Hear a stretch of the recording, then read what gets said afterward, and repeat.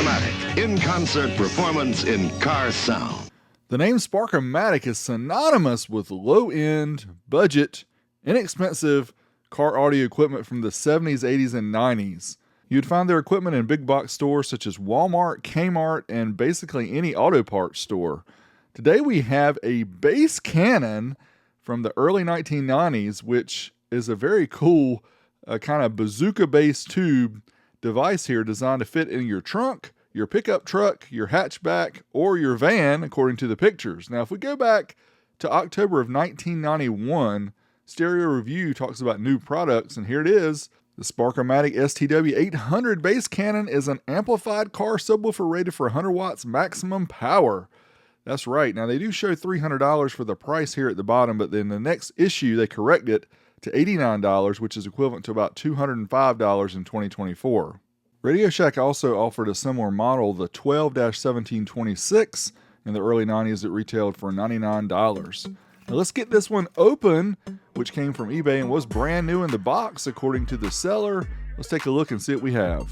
We have extended warranty information, we have customer feedback information, and also the owner's manual. If you'd like to see this, I will have it scanned and listed on archive.org. I will have it in the video description below if you want to download it. It's just a fold out here of a couple pages front and back, but it's like multiple pages once you look at each individual. Let's pull out the bass cannon and see what we have here in the box. And there it is. Plastic tube, amplified subwoofer with a real cool logo, and there's a lot of wires attached as well.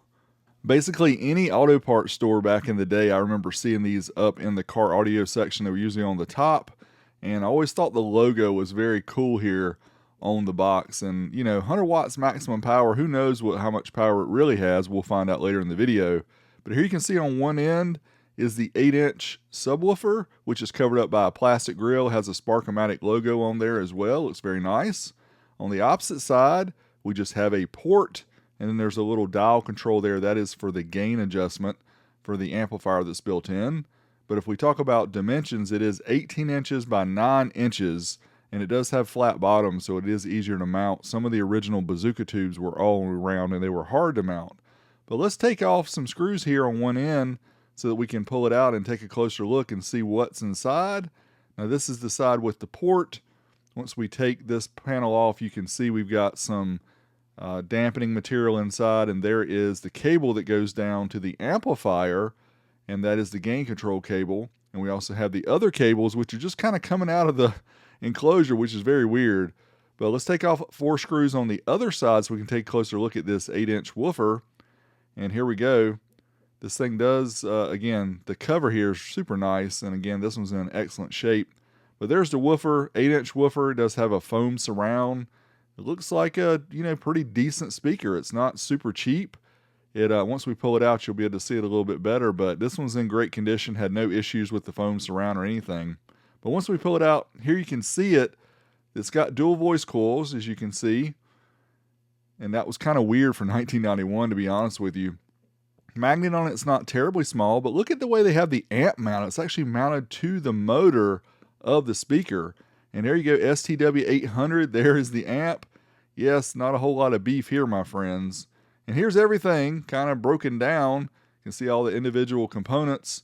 And there you have it. Now, unfortunately, the amplifier part did not work properly. And my friend Matt over at Tri-State Amplifier Repair actually wanted this when I was done with it. So we kind of worked out a deal where he would fix it for me and get it working right. And so I could do the video. And then he would get this afterwards. So this is heading to him. And I know this thing is in super high demand. Everybody wants it. But yeah, anyway. We'll take a closer look at the woofer too, and you can see it measures 3.6 ohms. So with that said, we had to figure that, hey, maybe the amplifier is seeing around 4 ohms. So let's run the test at 4 ohms once we got the amplifier back in its working state. And here we go, 13 watts. That's right, 13 watts per channel. This is a dual channel amplifier. So 100 watts max, 13 watts. And here it is on the distortion meter. You can see the distortion hits pretty hard in the beginning. Then it'll back off to around 5% or so distortion at 13 watts, a little bit over 14 on one channel.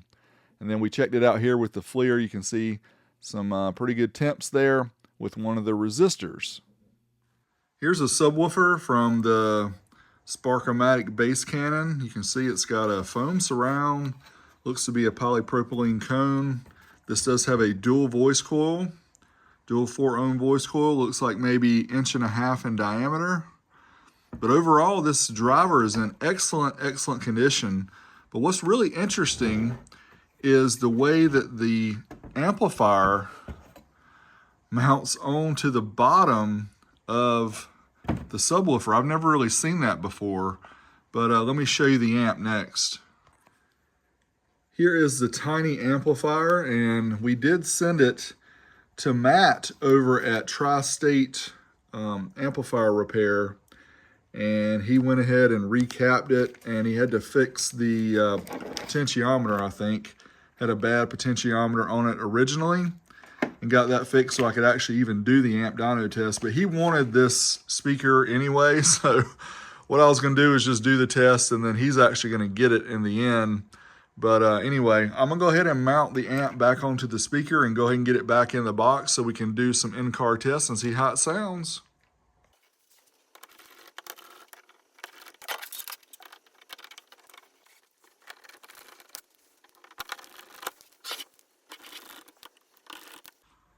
And before I sent this in, I went ahead and wrote here what the connections are just to make sure I didn't get them wrong. So we have the gray going here, the gray black going here, and then on this side we have the green going here. Again, this is a 2-channel amp.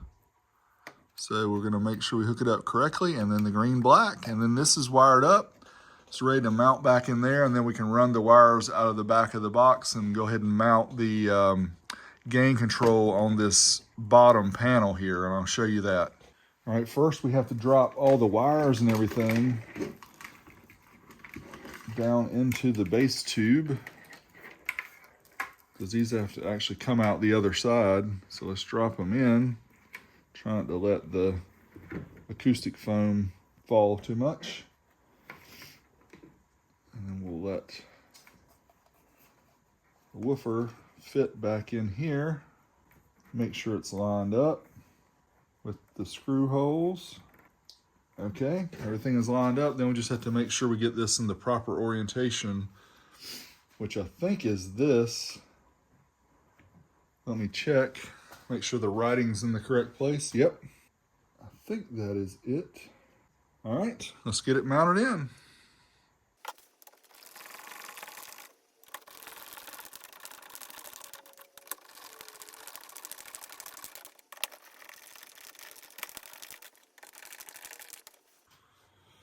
All right, now we'll flip it over and get all the wires out.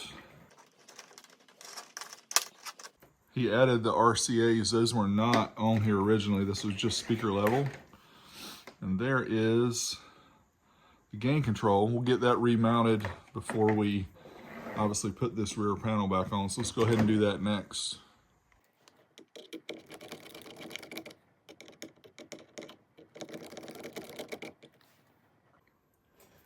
So the way they did this from the factory is not very fancy. All they did is just literally had the wires coming out of the bottom here. So I'm going to try to put them back in the channel the best way I can and get this reassembled. Here you can see it's in the channel. We'll just go ahead and put the cover back on and make sure our screw holes are lined up.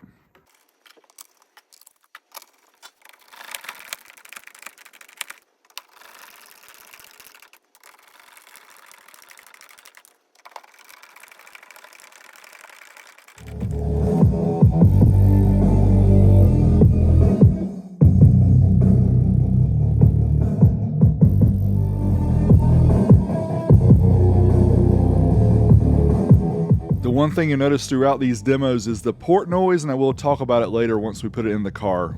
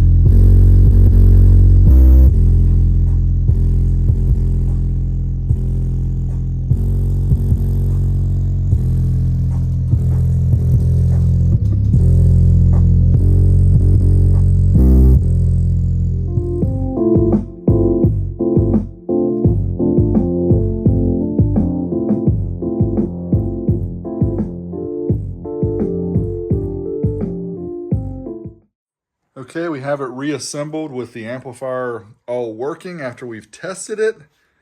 Got it back in the enclosure here. Very nice looking. Bass Cannon. Massive 13 watts times 2 amplifier. So what do you say we throw it in the 37.4 and see how it sounds in the back? Let's do it.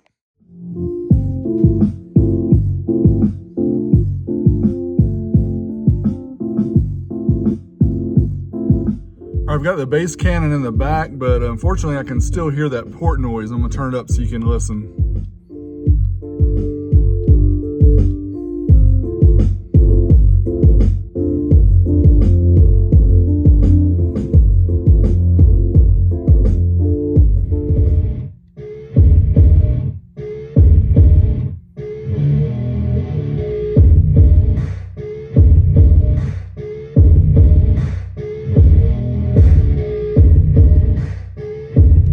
Noise.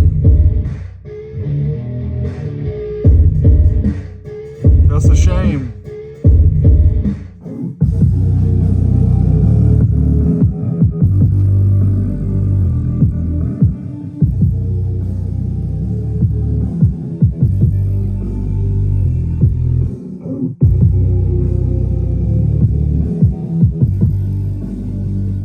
Well, there you have my video on the Sparkomatic Bass Cannon from the early 1990s. Very interesting product. Too bad it has port noise. It only does 13 watts times 2 with the amplifier. But it is fun to see this almost brand new looking device here. And thanks to Matt over at Tri-State Amplifier Repair for getting this fixed up for me for the video. Hope you guys enjoyed it. Make sure you leave me a thumbs up and subscribe to my channel if you like this content. Also, let me know what budget gear you used back in the day. Till next time, Big D, I'm out of here.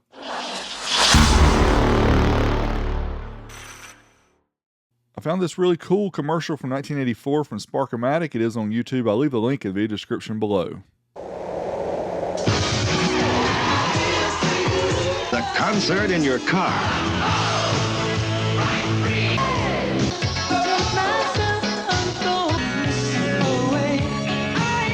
Sparkomatic, in-concert performance in car sound.